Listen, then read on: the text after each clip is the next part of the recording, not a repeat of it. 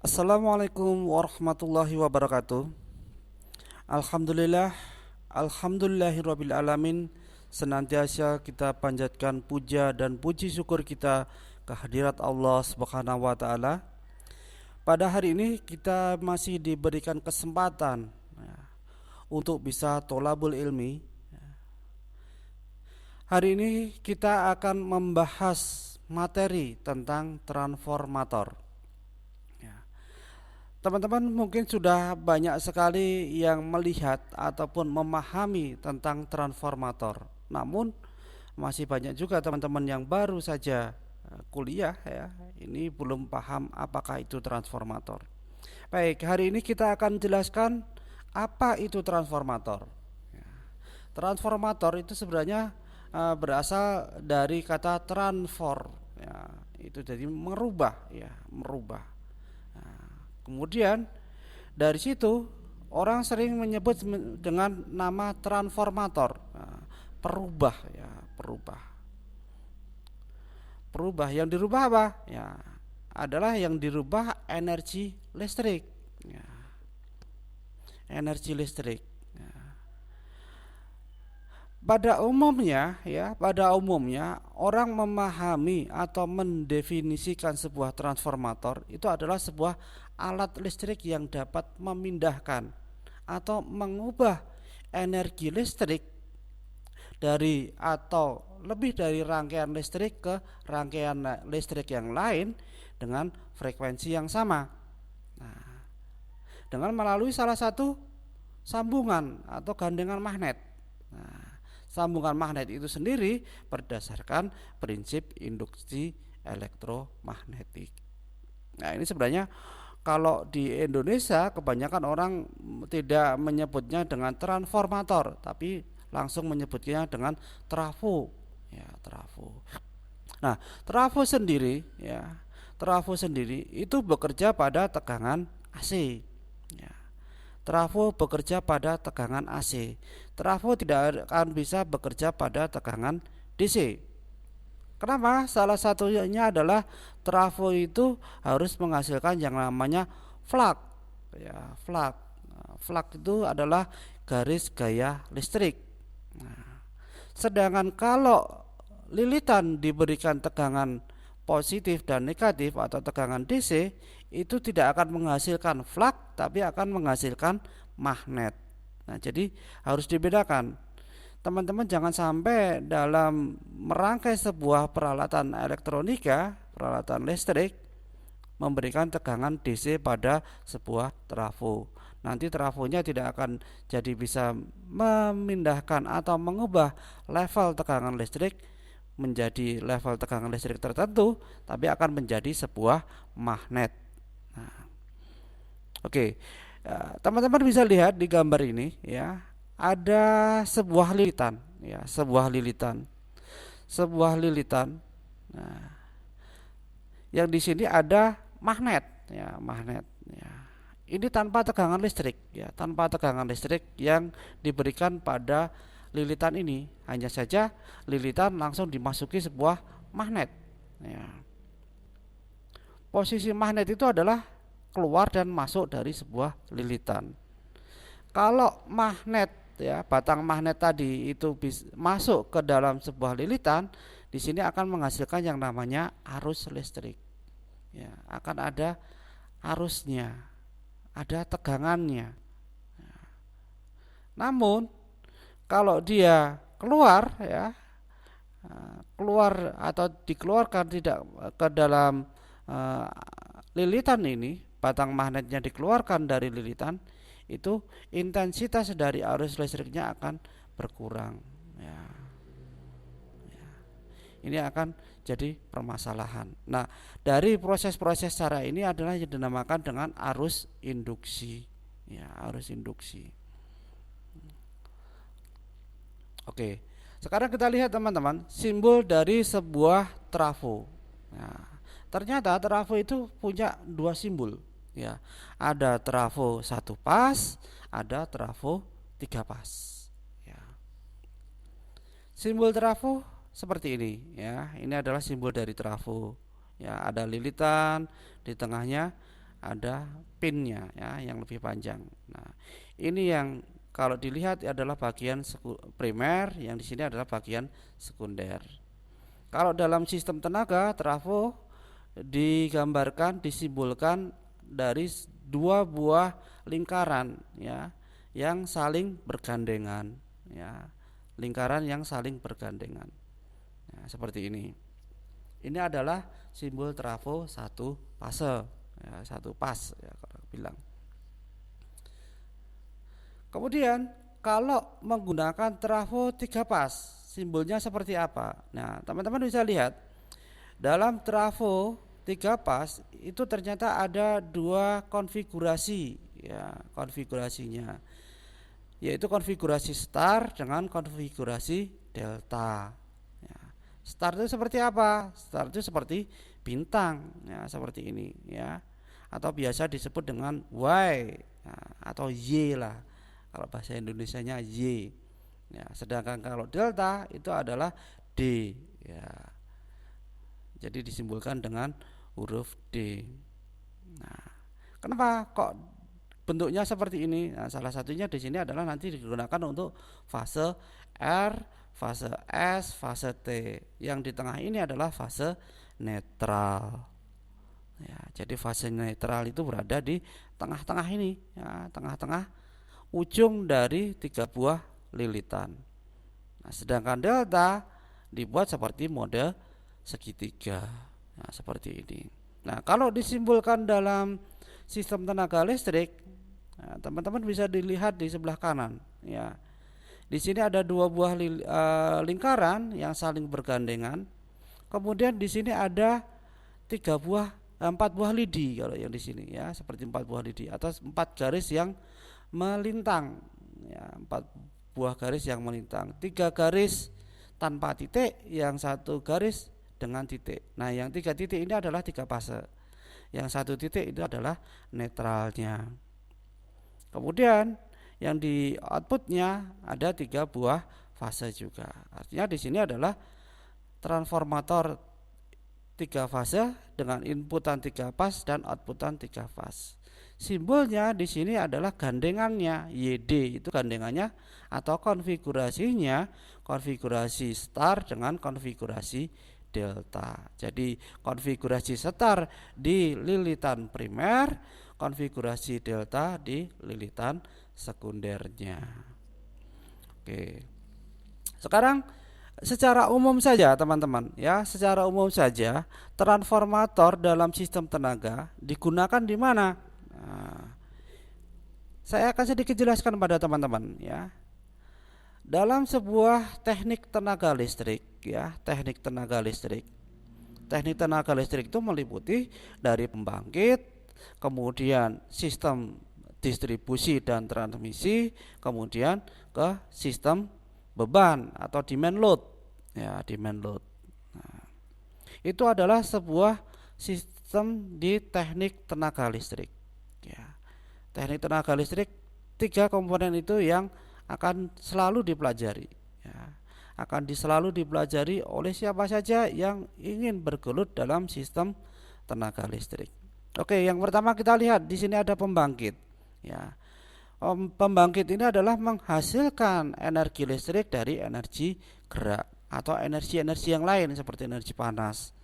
Nah, itu bisa menghasilkan energi listrik. Nah, energi listrik tadi mempunyai level tegangan yang masih rendah, ya, level masih rendah. Kemudian dengan menggunakan peralatan yang namanya transformator penaik tegangan, tegangan yang levelnya rendah tadi dinaikkan menjadi tegangan tinggi ya, tegangan tinggi. Kemudian dimasukkan dalam sistem transmisi line, transmission line namanya ya, atau biasa disebut dengan saluran transmisi. Nah, saluran transmisi di sini mempunyai tegangan yang sangat tinggi. Kalau di pembangkit tegangan outputnya adalah sekitar 13,8 kV. Kalau di sistem transmisi menjadi tegangannya 150 kV atau 500 kV. Ya. Kemudian nanti ya, setelah masuk ke gardu induk ya, itu akan diturunkan tegangan dari 150 kV tadi turun menjadi tegangan 20 kilovolt. Nah, di sini adalah jaluran JTT ya, JTT itu. Nah, kemudian kalau di sini adalah JTM. Nah, jaringan tegangan menengah, di sini jaringan tegangan tinggi. Ya, tegangan menengahnya adalah 20 kV. Ya, 20 kV atau 20.000 volt. Ya, dari 20.000 volt tadi ada yang sebagian di industri itu langsung bisa memakai. Ya, dengan cara diturunkan tegangannya menjadi 380 volt atau 230 volt, 3 pas ya. Ini biasanya pakainya 3 pas. Ya, dari tegangan 20 kV. Kemudian ada juga kalau untuk di residensial ya, atau di pemukiman penduduk, tegangannya akan dirubah dari 20 kV menjadi tegangan 220 volt atau biasa 230 ya. Oke, itu adalah di teknik tenaga listrik. Jadi penggunaan trafo pada bidang tenaga listrik di sini ada dua ya. Dari pembangkit, output dari pembangkit dinaikkan tegangannya menjadi 150 kV ke sistem transmisi. Dari sistem transmisi diturunkan dari 150 kV menjadi 20 kV oleh gardu induk ya, substation ya namanya ya. Dari 20 kV diturunkan menjadi 230 atau 380 volt, itu digunakan untuk industri maupun rumah tangga. Oke, sekarang bentuknya seperti apa toh trafo di sistem tenaga itu. Nah, ini kita perlihatkan teman-teman. Ini adalah trafo di bagian substation ya, di gardu induk ya. Ini menurunkan tegangan 150 kV menjadi tegangan 20 kV ya. Ini seperti ini. Ini bentuknya cukup besar sekali ya, cukup besar sekali. Nah, di sini ada bagian-bagian tertentu dari sebuah trafo ya, nanti kita jelaskan satu persatu. Teman-teman bisa lihat saja sebentar ya. Ini adalah secara umumnya trafo di sistem tenaga. Oke. Nah, ini juga ya, bentuknya seperti ini. Nah, ini trafo ya, ini trafo ya. Jadi cukup besar ya trafonya, bentuknya trafo ya. Tidak kelihatan seperti apa trafo itu ya, memang harus ditutup ya, tidak boleh trafo itu terbuka ya. Kalau trafonya terbuka berbahaya. Nah, oke, sekarang kita coba untuk membuka isinya dari trafo itu seperti apa ya. Trafo daya namanya ya. Nanti ada trafo audio ya, ini trafo daya. Kita bahas pertama dulu adalah trafo daya. Trafo daya itu ada bagian-bagiannya. Yang pertama di sini teman-teman bisa lihat ini adalah inti besi. Ya, inti besi itu yang ada di dalamnya. Ya, ini adalah dari besi-besi plat yang disusun jadi satu. Ya, banyak besi-besi plat ya, disusun jadi satu. Itu untuk menghindari namanya efek dari eddy current. Ya. Kalau terjadi efek eddy current yang besar akan menghasilkan rugi-rugi eddy current ya, rugi-rugi besar pada trafo sehingga menimbulkan efisiensi dari sebuah trafo akan menurun.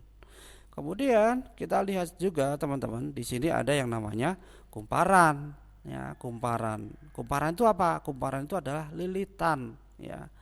Lilitan. Lilitannya untuk apa? Ya, yaitu untuk menghasilkan atau merubah ya. Merubah dari level tegangan tertentu menjadi level tegangan tertentu pula ya. Misalkan level tegangannya dari 150 kV dirubah menjadi tegangan 20 kV. Nah, kemudian di sini ada juga yang namanya OLTC. Nah, ini adalah overload ya. Overload temperature control. Nah, ini yang mengatur ya, mengendalikan kalau terjadi overload temperatur, ini akan membuat trafo tadi switch off ya, trafonya dimatikan. Untuk apa? Ya, salah satunya untuk proteksi agar trafo tadi tidak terbakar ataupun meledak. Oke, kemudian kalau yang di tempat-tempat teman-teman lihat di tiang-tiang listrik, ya di tiang-tiang listrik, nah itu bentuknya adalah bentuk tabung, ya tabung. Ya, bentuknya tabung, ya seperti ini. Ya. Nah, dalam sistem tenaga listrik, ya ini agak berbeda ya kalau menggunakan trafo tabung, ya. Trafo tabung itu inputannya hanya satu fase, tapi keluarannya bisa 3 fase. Nah, ini adalah hanya cara-caranya saja dia memasang pada trafo dengan tiang di listriknya, ya. Ini menggantung, ini menempel aja ya, yang ini posisinya menempel, yang di sini ada posisinya menggantung. Nah, ini posisinya menggantung tapi dengan dua penahan, ya, dua penahan dari trafo. Oke. Kemudian kita lihat di sini, ini ada trafo audio, ya, trafo audio. Nah, ini digunakan untuk apa? Menurunkan tegangan 200 volt, 220 volt. Kalau di Jepang itu ada 110 volt, kalau Indonesia 220 volt, menjadi tegangan yang lebih rendah. Contohnya berapa? Misalkan kalau di sini tertera 65 CT, ya, 65 CT. Nah, berapa arusnya? Ya, nanti biasanya ada pada nameplate-nya. Kemudian ada juga bentuk trafo yang seperti ini, 10 ampere. Nah, ini namanya trafo besi. Kalau yang ini adalah namanya trafo toroid, ya, toroid. Ini trafo besi. Nah, trafo besi berapa ampernya di situ sudah tercantum. Berapa tegangannya? Nah, dari 0 sampai misalkan 24 volt. Nah, itu sudah kelihatan. Ya, trafo toroid juga seperti itu sebenarnya, ya. Hanya saja karena ini buatannya custom, ya. Custom itu biasanya tidak mencantumkan berapa arusnya, tidak kelihatan di tulisan nameplate-nya. Oke. Kemudian ada lagi yang namanya trafo ferrit, ya, trafo ferrit. Trafo ferrit itu adalah trafo yang terbuat dari bahan ferrit, ya, bahan khusus. Nah, trafo ferrit itu bagaimana? Nah, ini agak berbeda, ya. Agak berbeda dengan trafo besi maupun trafo toroid atau trafo daya. Kalau trafo toroid, trafo daya, kemudian trafo besi ini bekerja pada frekuensi 50 Hz. Tapi kalau menggunakan trafo ferrit bekerja pada frekuensi tinggi, ya. Frekuensi tinggi, bukan 50 Hz lagi. Nah, tapi lebih besar dari itu, bisa sampai 100 kHz, ya, 100 kHz. Oke, ini yang saya ceritakan tadi, ya. Kalau dikelompokkan menjadi bagian-bagian frekuensi, ya, tadi ada frekuensi daya, ya, trafo frekuensi daya ada 50 sampai 60 Hz. Ya. Kemudian ada trafo frekuensi pendengaran, ya, dari 20 sampai dari 50 sampai 20 kHz. Sebenarnya itu bisa sampai 20, ya. 20 Hz sampai 50 kHz, ya. Nah, itu digunakan untuk trafo di audio, ya. Contohnya di mana? Ya, contohnya adalah di audio sound system di amplifier TOA. Nah, itu trafonya pakai trafo pendengaran, ya. Di dalamnya pasti ada trafonya. Nah, biasa disebut trafo matching, ya, trafo matching. Kemudian yang ketiga ada trafo untuk frekuensi radio, ya, terbuat dari ferrit tadi, ya. Kalau dua-duanya ini, trafo daya dan trafo pendengaran ini, itu hanya untuk pada bahan-bahan dari besi, ya, materialnya dari besi. Sedangkan kalau trafo untuk frekuensi radio dibuat dari bahan ferrit.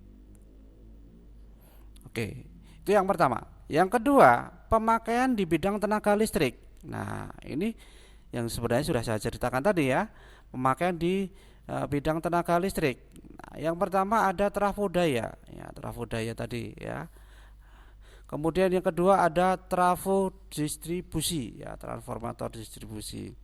Ya, kalau trafo daya itu dari 13,8 kilovolt menjadi 150 kilovolt, ya 150 kilovolt, atau dari 150 kilovolt turun menjadi 20 kilovolt. Nah, sedangkan untuk transformator distribusi dari tegangan 20 kilovolt menjadi tegangan 380 atau 230 volt. Yang ketiga yaitu trafo pengukuran. Nah, trafo pengukuran itu digunakan untuk mengukur, ya. Mengukur apa? Ya, tegangan listrik, ya, baik dari tegangan rendah ataupun tegangan tinggi. Nah, biasa disebut dengan transformator arus atau CT, current trafo. Sedangkan kalau untuk trafo tegangan biasa disebut dengan PT, potential trafo, atau ada orang juga sering menyebutnya sebagai VT, tapi yang benar adalah PT, ya, potential trafo. Ya, itu yang biasa dipakai untuk sistem pengukuran. Nah, contohnya seperti ini. Ini adalah trafo arus, ya, trafo arus. Ya, banyak kan macamnya, yang model kotak, ya, model kayak gini. Ada klemnya, ya. Ada yang hanya bentuk lingkaran, ya, seperti ini, bentuk toroida, ya. Nah, yang di lubang-lubang ini ya digunakan kabelnya yang akan diukur, ya. Dari kabel yang akan diukur dimasukkan ke situ, nah, masukkan ke lubang-lubang ini. Nah, jadi tidak langsung kontak dengan terminal, tapi hanya kontak lewat induksi saja, ya, lewatnya induksi. Nah, di lubang-lubang ini juga. Oke. Itu untuk tegangan rendah. Sedangkan untuk tegangan yang tinggi, nah, menggunakan sistem-sistem yang seperti ini, ya. Ya, ini adalah untuk trafo arus juga, ya. Trafo arus juga. Ada juga yang dipakai untuk trafo tegangan. Di sini ada kumparan primer, ada kumparan sekunder. Kemudian ada intinya, ya, intinya yang di tengah ini. Nah, ini khusus untuk tegangan tinggi. Nah, bentuknya seperti apa? Nah, kayak gini. Ya, 15 kV, ya, ini CT, ya, current trafo. Ini untuk yang 15 kV. Yang ini adalah potensial trafo. Ini yang 15 kV juga. Ya, ada fuse-nya, ya, ada fuse-nya. Nah, bentuknya agak berbeda, ya. Untuk tegangan rendah dengan tegangan tinggi juga tidak sama, ya. Karena apa? Salah satunya adalah bahan yang dipakai itu harus tahan terhadap tegangan tinggi. Kalau menggunakan tegangan tinggi, kalau tegangan rendah tidak ada masalah, ya. Karena namanya tegangan rendah. Oke, seperti ini. Ya, ini current trafo. Ya, teman-teman bisa lihat seperti ini, ya. Ini hanya bisa teman-teman lihat dia itu di gardu induk, ya. Di gardu induk itu banyak sekali seperti ini. Nah, ini untuk memonitor, ya, memonitor berapa arus yang sudah mengalir, ya. Arus yang mengalir itu berapa.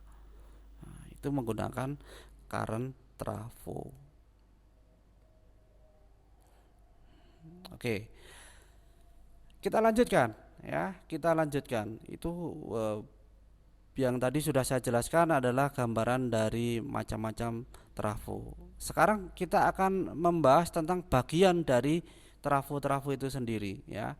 Ini secara skema saja, karena kalau secara detailnya di bentuk trafo itu akan susah untuk membedakan mana yang sekunder, mana yang primer, ya. Oke, yang pertama, kalau sebuah trafo itu pasti terdiri dari dua komponen utama, ya. Yaitu yang pertama ada lilitan primer dan lilitan sekunder, atau biasa disebut dengan kumparan primer atau kumparan sekunder. Yang ketiga sebenarnya ada lagi yang namanya inti dari trafo, terbuat dari besi, ya. Kemudian tadi yang sudah saya sampaikan, kalau trafo itu harus diberi tegangan AC. Ya, tegangan AC itu adalah tegangan bolak-balik. Nah, untuk menghasilkan yang namanya flux. Nah, kalau diberi tegangan DC tidak akan menghasilkan flux. Nah, flux tadi gunanya untuk apa? Nah, gunanya flux tadi untuk menyalurkan energi listrik. Ya, flux-nya tadi untuk menyalurkan energi listrik. Jadi kalau ada lilitan di sisi sekunder, maka titik-titik di sekunder tadi akan menghasilkan energi listrik. Ya, ada tegangannya. Nah, artinya di situ antara primer dan sekunder tidak ada keterkaitan, tidak ada hubungannya. Jadi dia terpisahkan, ya. Terpisahkan antara primer dan sekunder itu berdiri sendiri-sendiri. Nah, oke, teman-teman bisa lihat di sini. Nah, ini tegangan AC-nya. Nah, di sini ada lilitan. N1 itu adalah lilitan primer. Nah, lilitan primer. I1 itu adalah arus yang mengalir di lilitan primer. Sedangkan N2 itu adalah lilitan sekunder, ya, sekunder. Yang mengalir di sini ada I2, ya, arus I2, arus di sekunder. Nah, di sini ada yang namanya inti besi. Nah, inti besi ini digunakan untuk jalannya medan magnet atau garis gaya listrik. Ya. Kalau lilitan menyentuh atau mengenai garis gaya listrik, maka di lilitan tersebut akan terdapat tegangan yang mengalir. Nah, ini adalah prinsip dari sebuah trafo. Nah, intinya di sini apa? Salah satunya adalah harus ada flux yang mengalir di bagian inti, ya, bagian inti, sehingga energi listrik dari primer bisa tersalurkan ke sekunder.